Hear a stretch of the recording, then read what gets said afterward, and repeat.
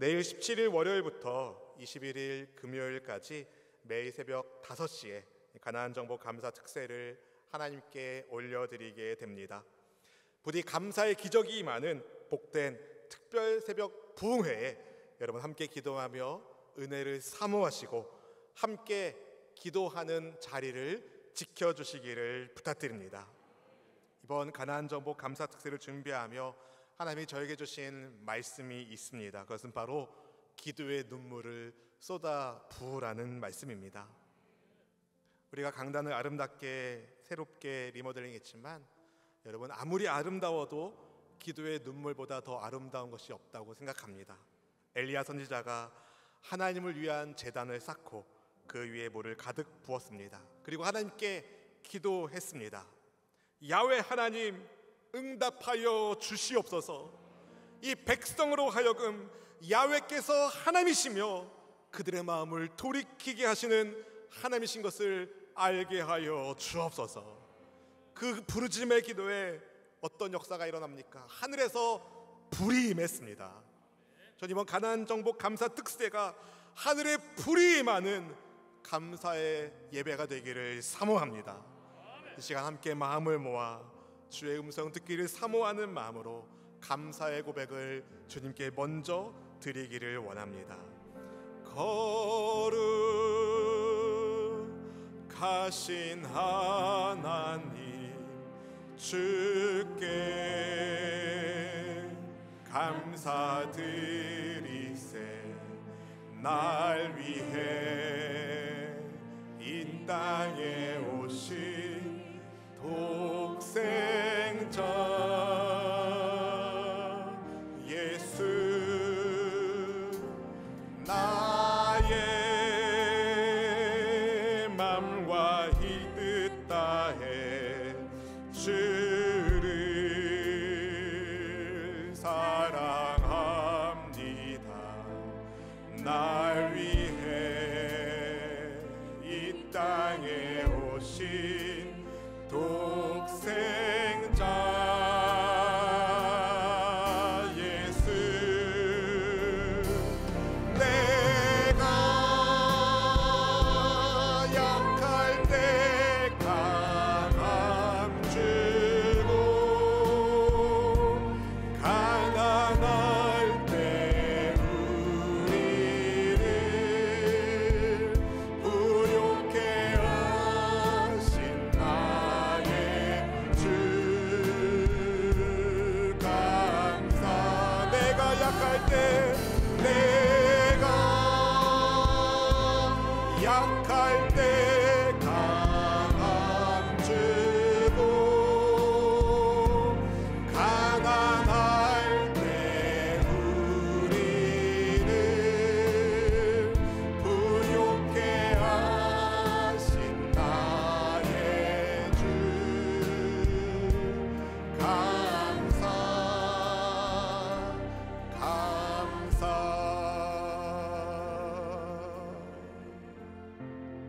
우리가 약할 때 강함 되어주시는 주님, 날 위해 우리를 위해 이 땅에 독생자 예수님 보내주신 하나님, 주님의 한량없는 은혜와 사랑 덕분에 오늘 우리가 이 자리에 모여 하나님을 경배하며 우리 주님께 예배 드립니다. 예배 이 공간에, 이 시간에 하늘 보좌로부터 흘러내리는 생명의 은혜의 역사가 임하게 하여 주시옵시고, 이곳을 성령으로 충만하게 하여 주셔서 바람 같은 성령, 생수와 같은 성령, 불 같은 성령으로 역사하여 주시옵소서. 그리하여 주님과의 만남 속에서 이 땅을 살아가면서 겪었던 모든 상처와 아픔들이 싸매어지게 하여 주시고, 모든 문제들이 예수님의 이름의 권세로 풀어지게 하여 주셔서 풀림의 형통의 역사가 있기를 기대합니다. 하나님, 성령 하나님을 마음 다해 환영하며 인정하며 모셔드립니다.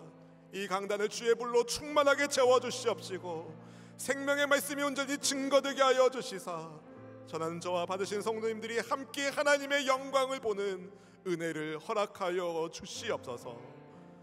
인생의 모든 순간마다 은혜를 더하여 주시며 약할 때 강함 되시고 가난할 때 부유함이 되어주시는 생명의 주권자 그리스도 예수님의 이름으로 간절히 기도하옵나이다.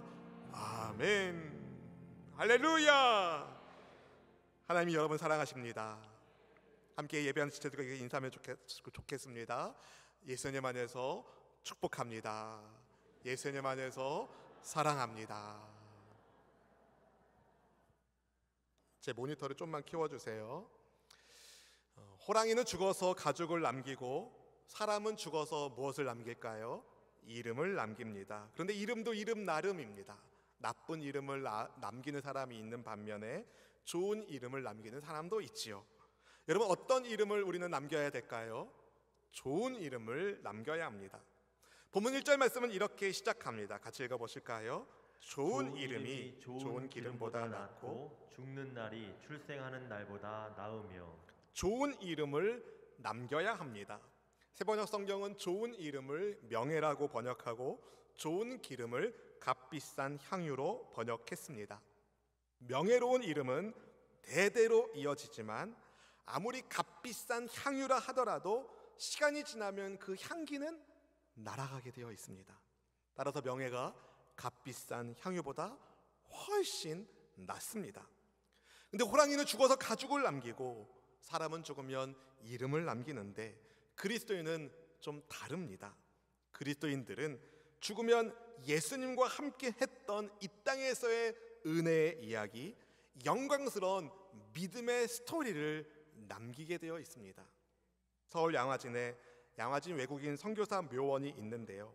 거기에 여러 선교사님들의 무덤이 있습니다. 그 중에 존 헤론 선교사님이 계신데 이분은 영국 출신으로 미국으로 가족들과 함께 이주해서 거기서 성장한 분입니다. 테네시 대학 의학부와 뉴욕대 의과대학원을 졸업한 인재로 졸업을 하기도 전에 학교로부터 우리 학교에 교수가 되어 달라고 부탁을 받았던 인재였습니다. 그러나 이 요청을 거절하고 이분은 복음을 전하기 위하여 당시에 알려지지 않았던 동방의 끝자락에 있는 조선에 오신 분이십니다. 출세가 보장된 길을 내려놓고 조선에 오신 헤론 선교사님은 제중원의 2대 원장으로 평생을 의료 선교를 위하여 섬기셨고 한글 성경 번역에도 공헌을 하신 분이십니다. 양화진에 최초로 안장된 선교사님이 병으로 세상을 떠나셨을 때 이런 고백을 하셨어요. 나의 사역이 참 보잘것 없었지만 그것은 모두 예수님을 위한 것이었습니다. 여러분, 대를 이어서 의료 선교에 헌신하신 셔우드 홀 선교사님이 계십니다. 사랑하는 여인을 따라서 조선으로 선교지를 변경한 아버지 제임스 홀 선교사님과 한국 여성의학계에 큰 공을 세우신 우리나라의 점자를 소개해 주신 어머니 로제타 홀 선교사님의 장남이신데 이분이 결핵으로부터 이 나라를 구하기 위한 사역에 힘을 쓰셨고 이분이 바로 한국 최초의 크리스마스 시를 발행하신 분이기도 합니다. 그 외에도 여러 선교사님들의 스토리가 다 거기에 있어요. 그 중에 비록 1년도 안 되는 짧은 기간 동안에 조선의 선교사로 활동하시다가 그만 풍토병에 걸려 세상을 떠나신 루비 캔드리 선교사님이 계신데 그분의 비석에는 이런 글이 쓰여 있습니다. 만일 내게 줄 수 있는 1000개의 생명이 있다면 모두 조선을 위하여 바치겠노라. 이 문구가 쓰여 있는 그녀의 편지를 읽은 텍사스의 수많은 청년들이 조선의 선교사로 헌신하셨어요. 여러분, 조선의 복음화, 대한민국의 복음화를 위한 한 알의 미랄이 되어 주신 것이죠. 우리가 바로 그 열매를 먹은 것입니다. 여러분, 그리스도인들은 이처럼 이 땅에서 그 어떤 명예로운 이름보다 예수님과 함께한 은혜의 이야기, 믿음으로 살아낸 영광의 이야기를 남기는 사람들입니다. 그런데 믿음의 사람들에게는 죽는 날이 생명의 날보다, 살아있는 날보다, 출생하는 날보다 더 중요하고 행복한 날이라고 말합니다. 왜 그럴까요? 예수님을 믿음으로 영생을 약속받은 사람들이 더 이상 근심 걱정 없는, 슬픔과 눈물이 없는 영원한 하나님 나라에 입성하는 날이 죽는 날이기 때문에 그렇습니다. 그래서 전도서 기자가 죽는 날이 출생한 날보다 낫다라고 말한 겁니다. 사랑하는 성도 여러분, 우리는 언젠가, 때는 다를지 몰라도 언젠가 반드시 이 땅에서 삶을 마치는 날을 맞이하게 됩니다. 마감하는 날을 맞이하게 됩니다. 이 땅에서 삶이 결코 영원하지 않습니다. 한 번 죽는 것은 사람에게 정해진 것이고, 아멘. 따라서 앞으로 100년 뒤에도 살아계실 분이 어머니 뱃속에 있는 아기 외에는 없다고 생각됩니다. 모두가 다 이 땅에서 삶을 마칠 때가 있는 것이죠. 그래서 성경은 죽음의 때를 기억할 것을, 생각할 것을, 마음에 둘 것을 말씀하고 있습니다. 본문 2절 말씀 같이 읽어보실까요? 초상집에 가는 것이 잔치집에 가는 것보다 나으니 모든 사람의 끝이 이와 같이 됨이라. 산자는 이것을 그의 마음에 둘지어다. 아멘. 우리 살아있는 사람은 언젠가 죽음의 때를 맞이하게 될 것을 마음에 두고 있어야 됩니다. 그런데 평상시 우리는 이런저런 일들로 인해 바쁘다는 핑계로 죽음을 사실 외면하며 살아갑니다. 그러다가 누군가의 장례를 위하여 초상집에 가면 그제서야 비로소 죽음을 생각하게 되고 내가 어떻게 나의 죽음을 준비할까라는 생각을 하게 되죠. 그래서 전도서 기자가 초상집에 가는 것이 잔치집에 가는 것보다 낫다라고 말한 겁니다. 인생의 끝이 어떠한지를 되새겨볼 수 있기 때문입니다. 그래서 모세도 시편 90편 12절에서 이런 기도를 하나님께 드렸습니다. 우리에게 우리 나의 계수함을 가르치사 지혜로운 마음을 얻게 하소서. 이 세상의 삶에 끝이 있음을 아는 사람이 지혜로운 사람입니다. 지혜로운 사람의 마음은 그래서 초상집에 가 있고, 어리석은 사람의 마음은 잔치집에 가 있습니다. 죽음을 생각하며 슬퍼하는 것이 잔치집에 가서 웃는 것보다 낫다라고 말합니다. 왜 그럴까요? 인생을 돌아볼 수 있기 때문이죠. 지혜로운 사람은 처음보다 끝을, 출생보다는 죽음을, 잔치집보다는 초상집을, 웃음보다는 울음을 생각합니다. 왜 그럴까요? 끝이, 죽음이, 초상집이, 울음이 인생의 한계를 명확하게 주기 때문이죠. 인간의 한계를 잘 알고 겸손히 영원한 천국, 하나님 나라의 가치를 추구하게 해주기 때문입니다. 초상집에서 얻는 지혜에 대하여 교훈한 전도서 기자는 곧이어 책망을 잘 받을 것을 권하는데요. 본문 5절 말씀 읽어보실까요? 지혜로운 사람의 책망을 듣는 것이 우매한 자들의 노래를 듣는 것보다 나으니라. 아멘. 혹시 우리 가운데 책망 받는 것을 좋아하는 분이 계실까요? 저도 아니에요. 누군가로부터 꾸지람을 받는 것을 좋아할 사람은 거의 없습니다. 아니, 한 사람도 없을 겁니다. 책망을 받으면 그 마음이 상하는 것이 대부분이에요. 그래서 이런 말 하는 게 제일 싫어요. 기분 나빠하지 말고 들어. 여러분, 기분 나쁠 거 알면서 왜 말하는 거예요? 그런데 여러분, 사랑의 마음으로 책망해야 할 때가 있습니다. 지혜로운 사람의 책망을 듣는 것이 어리석은 사람의 박수를 받는 것보다 훨씬 낫다라고 성경이 말합니다. 왜 그럴까요? 지혜자의 책망이 그것을 듣는 사람으로 하여금 올바른 길로 가게끔 인도해 주기 때문입니다. 주일 큐티 소그룹 큐티 나눔에서 나오는 것처럼 예수님께서 바리새인들과 성전에서 매매하는 자들을 향하여 독사의 자식이라고 꾸짖은 적이 계십니다. 이것은 그들이 예수님의 책망을 듣고 돌아오기를 예수님이 기대하셨기 때문입니다. 지혜자의 책망은 듣는 사람으로 하여금 죄를 깨닫게 하고 진짜 가치 있는 인생이 무엇인지를 생각하고 그 길을 향하여 나아갈 수 있도록 도와줍니다. 반면에 어리석은 자의 웃음소리는 가마솥 밑에서 가시나무가 소리내며 타는 것 같다라고 오늘 말씀이 말합니다. 무슨 말이겠습니까? 마른 가시나무는 불은 금방 붙지만 열기를 전달하지 못하고 금방 꺼집니다. 땔감으로 별로 가치 없는 가시나무가 소리만 요란한 것처럼 어리석은 사람의 웃음소리가 바로 그러하다라고 말하는 거죠. 인생의 마지막이 있음을 생각하지 않고 인생의 참 의미를 깨닫지 못한 채 여러분 이 세상의 쾌락에 크게 취해 웃고 있는 사람이 세상에 얼마나 많이 있습니까? 우리는 그들에게 인생의 의미를 전달해 줄 의무가 있습니다. 복음을 증거함으로 한 번 죽는 것은 사람에게 정하신 것이요 그 이후에는 심판이 있기에 심판을 피할 예수 그리스도의 복음을 소개할 책임이 우리 모두에게 있습니다. 여러분, 무엇이 지혜로운 사람을 어리석게 만들고 지혜로운 사람의 마음을 병들게 할까요? 이 땅의 욕심, 탐욕, 뇌물이 지혜로운 사람을 어리석게 만들고 지혜로운 사람의 마음을 병들게 합니다. 본문 7절 말씀을 같이 함께 읽어보실까요? 탐욕이 지혜자를 우매하게 하고 뇌물이 사람의 명철을 망하게 하느니라. 여러분, 지혜로운 사람이라 하더라도 탐욕에 빠지면 욕심에 눈이 멀어 어리석은 행동을 합니다.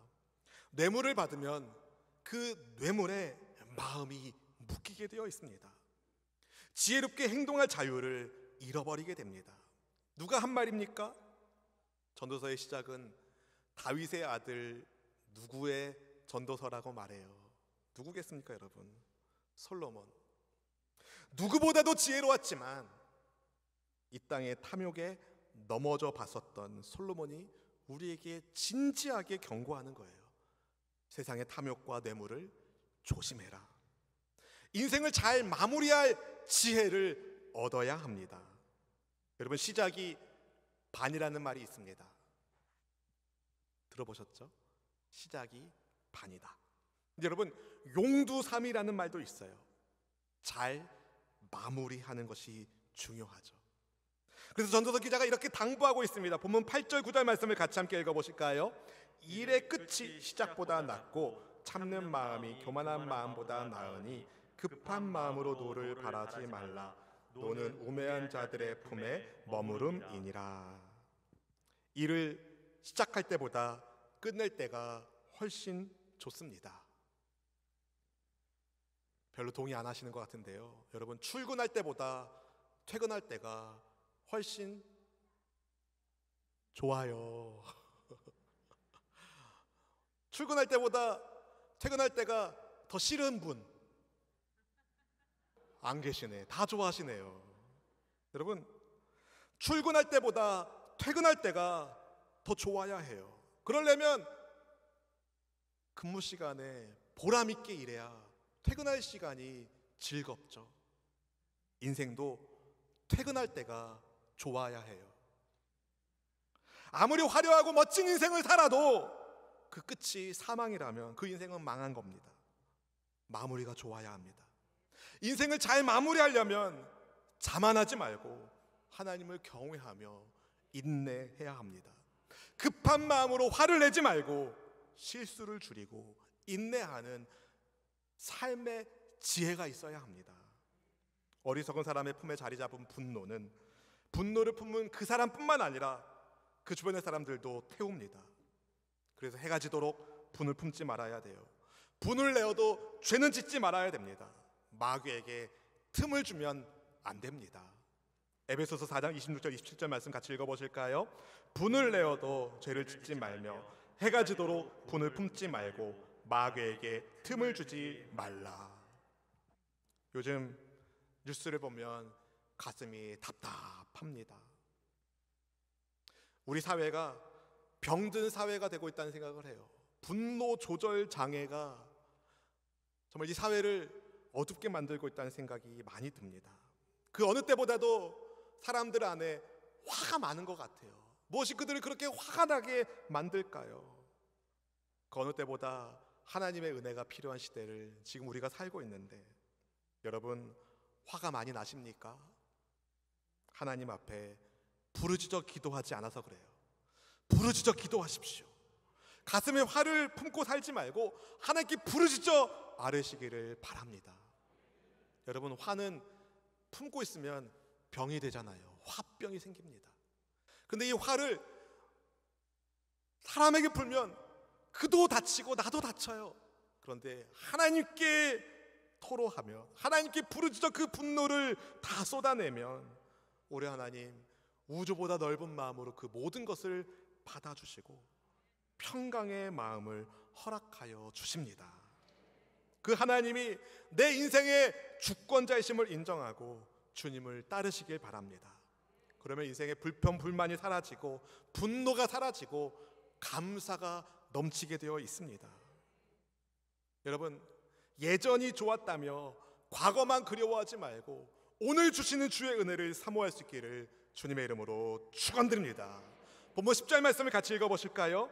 옛날이 오늘보다 나은 것이 어찌미냐 하지 말라. 이렇게 묻는 것은 지혜가 아니니라. 옛날이 좋았어. 그러지 말라는 거예요. 광야의 이스라엘 백성들은 애굽에서 먹었던 음식을 추억하며 불평, 불만했습니다. 하나님의 은혜, 기억해야 할 하나님의 은혜는 잊어버리고 하나님께서 나와 함께, 우리와 함께하고 계심에 대한 감사는 잊어버린 채 애굽에서 먹었던 먹거리에 마음을 빼앗기고 말았습니다. 그러니까 하나님을 원망하며 불평했어요. 여러분, 우리는 어떻게 살아야 될까요?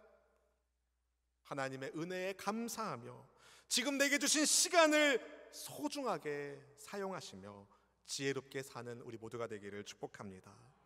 전도자는 오늘 본문에서 지혜를 추구하라고 말합니다. 지혜가 유익하다고 말합니다. 본문 11절 12절 말씀 읽어보실까요? 지혜는 유산같이 아름답고 햇빛을 보는 자에게 유익이 되도다. 지혜의 그늘 아래에 있음은 돈의 그늘 아래에 있음과 같으나 지혜에 관한 지식이 더 유익함은 지혜가 그 지혜 있는 자를 살리기 때문이니라. 아멘. 여러분, 돈 좋아하시죠? 혹시 지금 주식 앱을 꺼낸 분이 계시다면 빨리 닫으세요.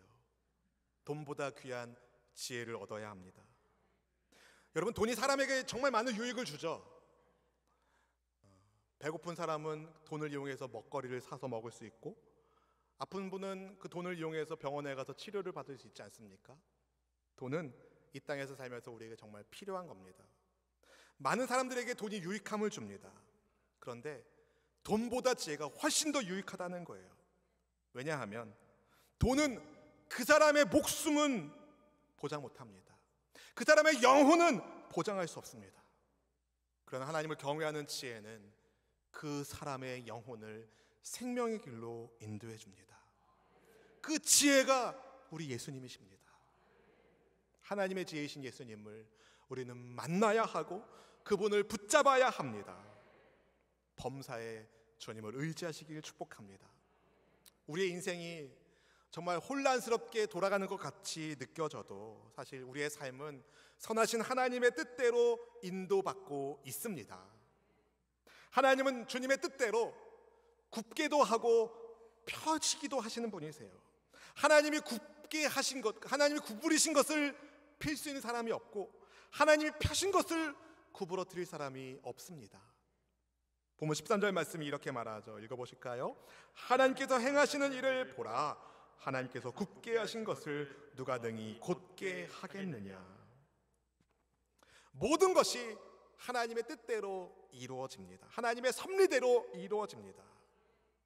그럼 이런 삐딱한 마음이 들 수도 있어요. 어차피 내가 힘쓰지 않아도 애쓰지 않아도 하나님이 구부리시든지 피시든지 하나님 마음대로 하실 테니까 에라 모르겠다. 나는 그냥 막 살란다. 어떻게 생각하세요? 맞습니까? 틀립니다, 여러분. 그렇다면 하나님이 전도서 말씀을 굳이 주실 이유가 없는 거죠. 아무리 지혜로운 사람도 하나님의 위대하신 섭리와 뜻을 다 이해할 수는 없습니다. 그렇기 때문에 우리는 더더욱 모든 것을 주관하시는 분이 하나님이신 것을 인정하며 범사의 그분을 인정하며 겸손히 오늘을 살아야 됩니다. 하나님을 범사에 의지하시길 바랍니다. 주께서 여러분의 길을 인도하여 주실 것입니다. 여러분, 하나님께서 우리를 위하여 행하신 일들을 바라볼 수 있기를 바랍니다. 우리가 하나님의 백성 되도록 하나님께서 우리를 위하여 하신 일들이 있습니다. 뭡니까, 여러분? 사랑하는 독자 아들 예수님을 보내주신 것, 사랑하는 아들 예수님을 죄인이 우리를 위하여 보내주신 것, 그 하나님이 그런데 우리 인생에 형통한 날과 곤고한 날을 주신대요. 왜 그럴까요? 하나님을 더 의지하라고. 본문 14절 말씀을 같이 읽어보실까요? 형통한 날에는 기뻐하고 곤고한 날에는 되돌아보아라. 이 두 가지를 하나님이 병행하게 하사 사람이 그의 장래일을 능히 헤아려 알지 못하게 하셨느니라. 아멘. 인생에 형통한 날이 있고 또 곤고한 날이 있습니다. 잔칫날도 있고 눈물 흘리며 애곡하는 통곡의 날도 있습니다. 이것은 우리가 믿는 하나님께서 무능력하시거나 우리를 사랑하지 않기 때문이 아닙니다. 오히려 능력의 하나님께서 우리를 사랑하시기 때문에 우리를 하나님의 형상을 닮은 아름다운 사람으로 빚어가시기 위하여 우리에게 때로는 형통한 날을 주시고 때로는 곤고한 날도 주시는 겁니다. 한번 여러분 생각해 보세요. 인생에 형통한 날만 있다, 인생이 형통하기만 한다, 어떻게 될까요? 잘 finish well, 마칠 수 있을까요? 손댄 것마다 다 잘 된다, 실패를 한 번도 해보지 않았다, 그 사람이 제일 위험해요. 끝까지 겸손히 인생을 완주할 수 있다고 보장하지 못합니다. 교만하며 넘어지지 않겠습니까? 솔로몬이 그랬잖아요. 형통함만 있다 보니까 중간에 한번 꼬꾸라졌어요. 반대로 인생에 곤고함만 있다고 생각해 보세요. 그 인생이 얼마나 우울합니까? 어둡습니까? 마음은 둘리고 자포자기하기 너무 쉽지 않겠습니까? 인생에 여러분 형통함과 곤고함이 있는 것은 우리를 아름답게 하나님의 말씀 가운데 인도하시기 위한 하나님의 사랑입니다.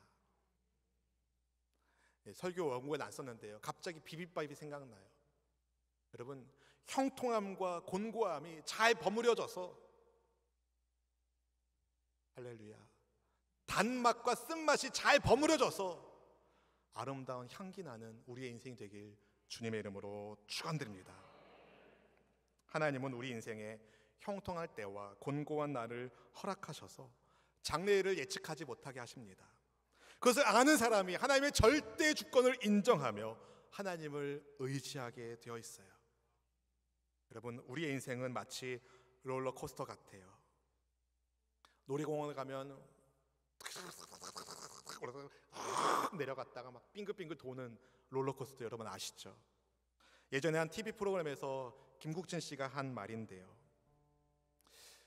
아기가 걷기 위하여 2000번 정도 넘어졌다 일어서야 합니다. 인생에 성공과 실패가 수없이 교차하고 있어요. 그런데 여러분, 롤러코스터에 뭐가 있죠? 뭐가 있어요? 안전바가 있어요. 마찬가지로 믿음의 사람들에게 뭐가 있죠? 뭐예요? 하나님의 손이 있어요.